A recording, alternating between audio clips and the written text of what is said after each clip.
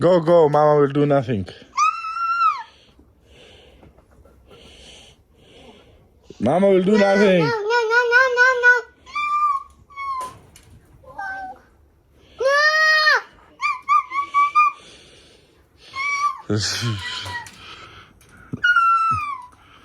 This one is girl,